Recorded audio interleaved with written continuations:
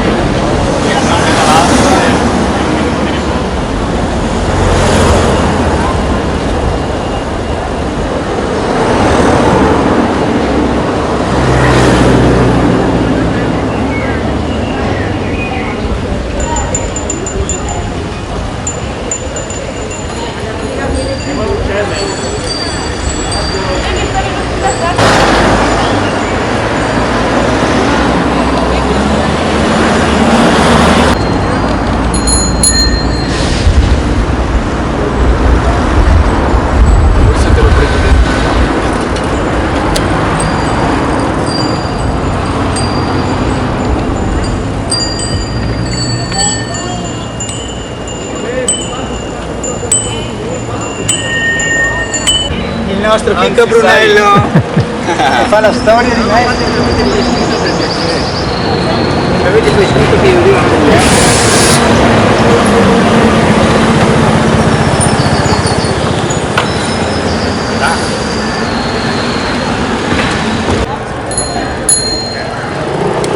Stanno facendo un matrimonio e noi ci mettiamo. Messo? Non in mezzo, giusto? Non in mezzo? Guarda che soprattutto l'ombra.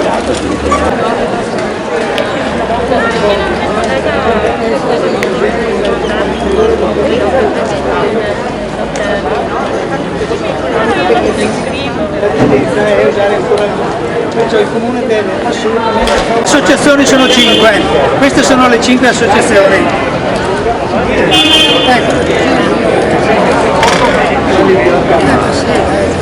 Allora, io ho la voce abbastanza bassa ma cercherò di urlare, usare il diaframma anche se non sono molto brava.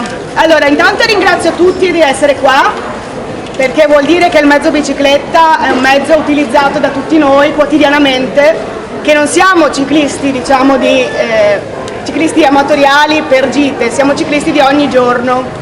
Allora, noi siamo qua oggi per consegnare davanti al municipio, per consegnare il decalogo della bicicletta, che spero che tutti voi abbiate in mano o che abbiate letto, che altro non è che un decalogo che riporta dei consigli, ok, per muoversi post-Covid, cioè dei consigli, delle cose da riuscire ad attuare nel più breve tempo possibile per l'emergenza Covid. È nata, questo decalogo è nato dall'insieme di varie associazioni quali Pedalia, Pedale Veneziano, Amico Albero, Associazione Sette Nani, FIAB, per l'emergenza Covid. Infatti siamo nati, come vedete, proprio durante la quarantena, perché ci siamo svegliati e abbiamo detto ok, si sta così bene senza l'automobile, si respira aria pulita, non rischiamo quotidianamente di morire investiti, si sta bene, ok?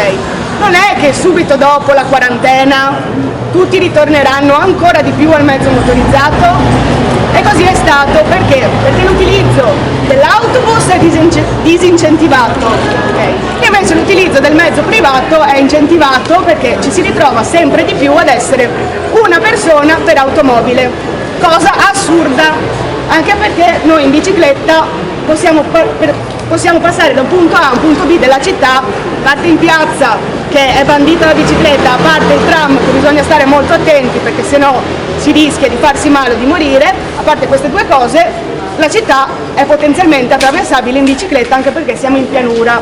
Okay. Quindi siamo nati come rete, è una rete aperta, diciamo, a tutti i cittadini, privati o altre associazioni, per poter proprio parlare di mobilità e ragionare proprio per trovare soluzioni ed essere ascoltati come rete. Noi ogni lunedì ci trovavamo su Zoom prima, adesso cominceremo a ritrovarci. Lunedì 15 ci troveremo per parlare proprio di mobilità per quanto riguarda le scuole e i bambini, soprattutto perché i ragazzi si muovono autonomi, invece i bambini bisogna pensare prima possibile a una soluzione da adottare per settembre. E quindi siete invitati tutti, chi è interessato, a partecipare alla riunione. Chi è interessato può contattarci a associazionepedalia@gmail.com per ricevere tutte le informazioni necessarie per ritrovarci il 15. Quindi vi ringrazio, vi ricordo che questa non è una manifestazione ma è una pedalata in bicicletta per persone che ci credono, che credono nel mezzo bicicletta e che non sono ciclisti così, ciclisti di ogni giorno. Volevo segnalare il fatto, l'ultima cosa che ha detto Isotta, che il problema si porrà enorme proprio con l'apertura delle scuole, quindi favorire le biciclette anche per le famiglie e i bambini che vanno a scuola. Aurora Tron per la FIAB Amici della Bicicletta. Allora, incentivare l'uso della bicicletta urbano serve sia a mantenere la distanza interpersonale, sia a migliorare la salute con un'attività aerobica utile anche a rafforzare le difese immunitarie, che sono essenziali per prevenire e combattere qualunque tipo di infezione, e in periodo direi che è particolarmente significativo. Diminuire l'inquinamento, agevolare e rendere più sicuri gli spostamenti e ridurre la pressione sul trasporto pubblico. Quindi questo decalogo prende in considerazione consiste in due parti, una parte 1 che riguarda le priorità da attuare e una parte 2 gli interventi importanti ma che possono essere successivi. Per noi, per la FIAB Amici della Bicicletta, gli interventi prioritari urgenti riguardano ampliare la rete ciclabile anche con interventi leggeri, cioè nelle strade più ampie ricavare con urgenza corsie ciclabili con segnaletica verticale ed orizzontale e nei casi più critici con separazione fisica tra bici e mezzi a motore anche con semplici murgessi di plastica. Questo vale per il Corso del Popolo, la via Milanese tra la nuova rotonda e via Piave e il cavalcavia della Giustizia, la via Carducci, piazza Barche e via Forte Marghera. Nelle strade invece con dimensioni più contenute è da valutare la trasformazione del doppio senso di circolazione in quello a senso unico per ricavare spazi per le bici e i pedoni, ovvero togliendo un lato di sosta e lasciando il doppio senso. Questo riguarda ad esempio via Tevere, via Leardi, via Paruta, via Tasso, via Colombo, fino alla realizzazione del ponte sull'Osellino, la via Bissuola, Carossa e via Casone.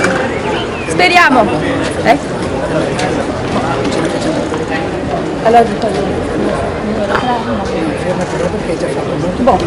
Basta, ci sarebbero altre cose, dico solo che urgente è il collegamento della ciclabile Mestre Venezia.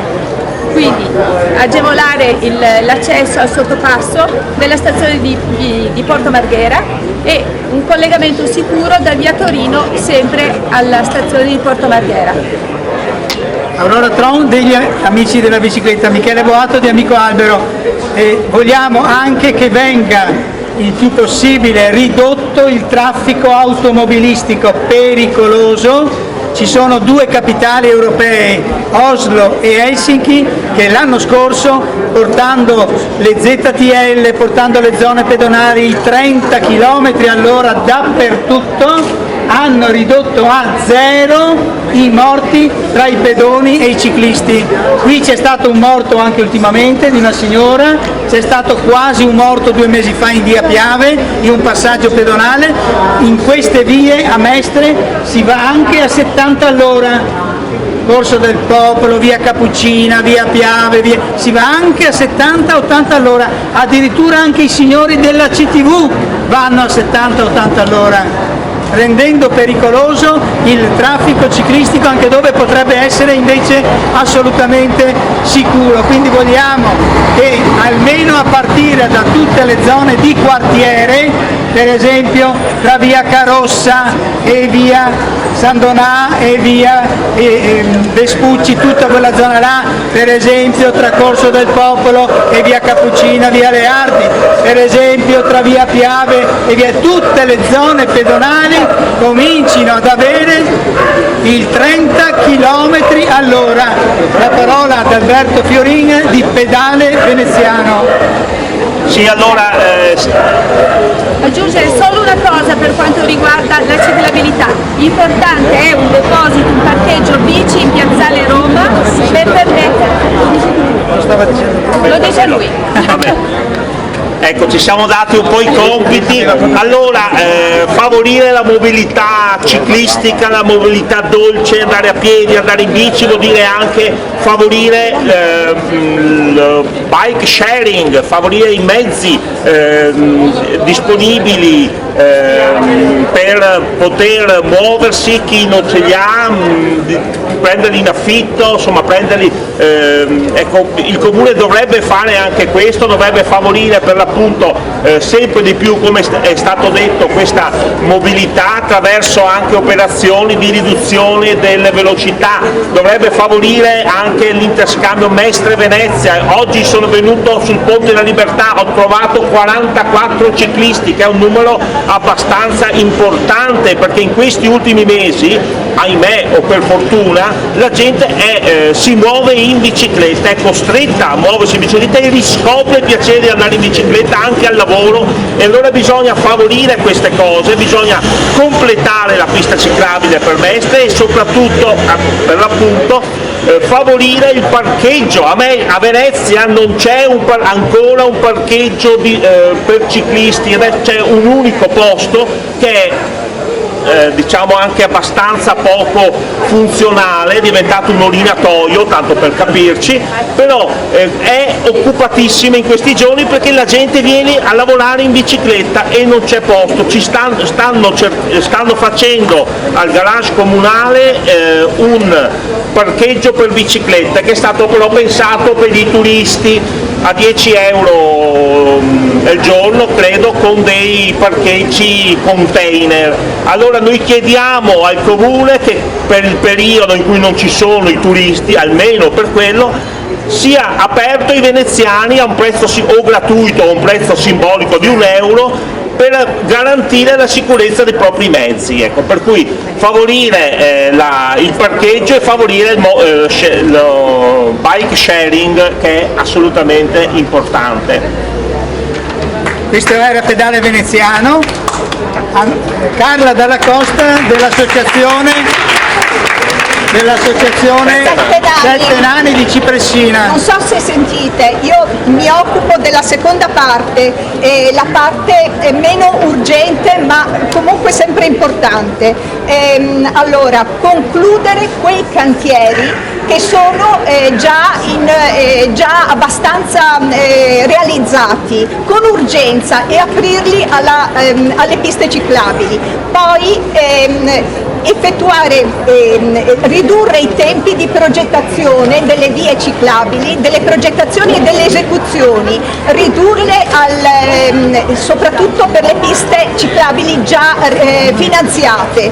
Un'altra cosa importante è manutentare le piste ciclabili già realizzate e poi invitare l'amministrazione comunale che faccia una comunicazione della mobilità ciclabile importante, perché come è stato già detto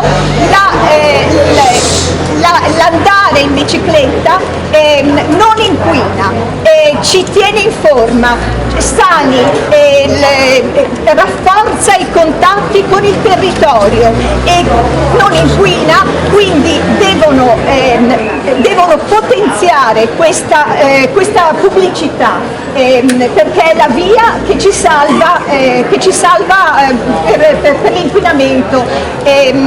Un'altra cosa importante è, l'ultima, è creare ponti d'oro a questa ciclabilità. Ponti d'oro non deve essere secondaria alla via degli autoveicoli. Abbiamo un esempio, in via Caravaggio è l'uscita Castellana, lì hanno potenziato la viabilità negli ipermercati per l'ospedale, ma una viabilità di autoveicoli, mentre le piste ciclabili pedoni si troveranno un impatto, si troveranno a dover oltrepassare questa rotonda con degli ascensori. Così non va, le vie pedonali devono essere principali. Sono matti, sono pazzi.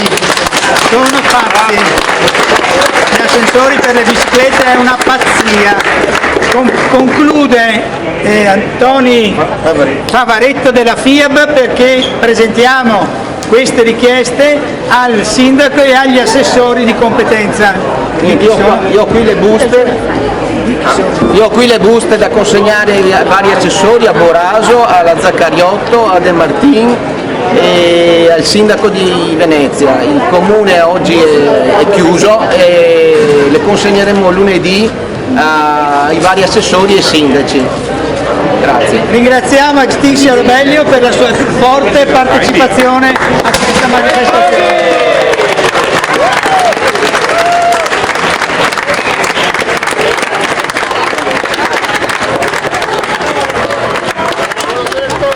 Il matrimonio se ne ha. Bene. Allora, grazie.